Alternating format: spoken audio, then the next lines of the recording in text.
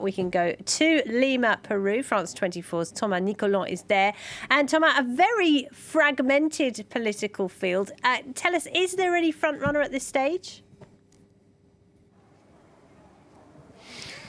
It is probably the most indecisive election in Peru's history. As you mentioned, 18 candidates, none of them reaching more than 12% in the polls. 6 of these candidates, maybe 7, have high chances of making it to the second round, which makes it difficult for political analysts to predict what is going to happen in this election.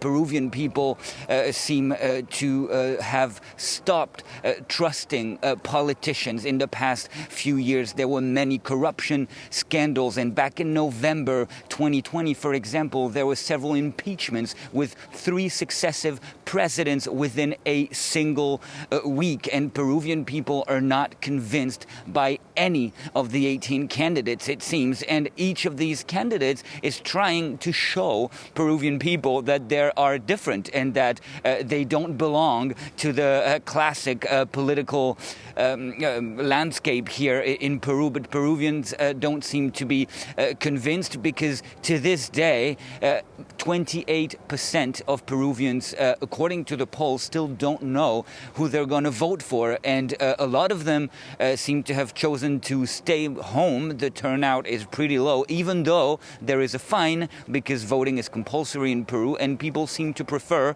a $25 fine rather than vote. And we know that Peru has been hit hard by the coronavirus. Tell us a bit about how the pandemic has affected the political campaign.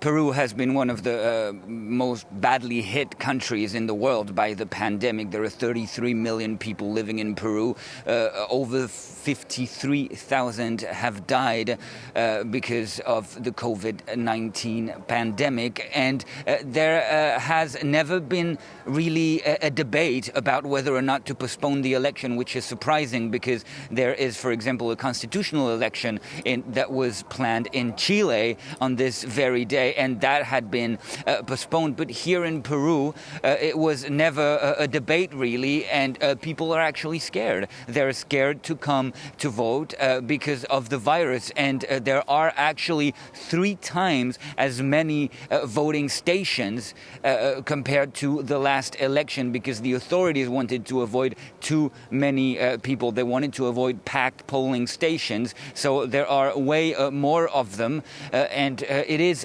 clearly something, a burden in Peru, because of the COVID-19 pandemic in 2020, the gross domestic product fell by 12%, and more than 5 million people fell into poverty back in 2020. Thomas, thank you very much indeed. Thomas Nicolon there in Lima, Peru.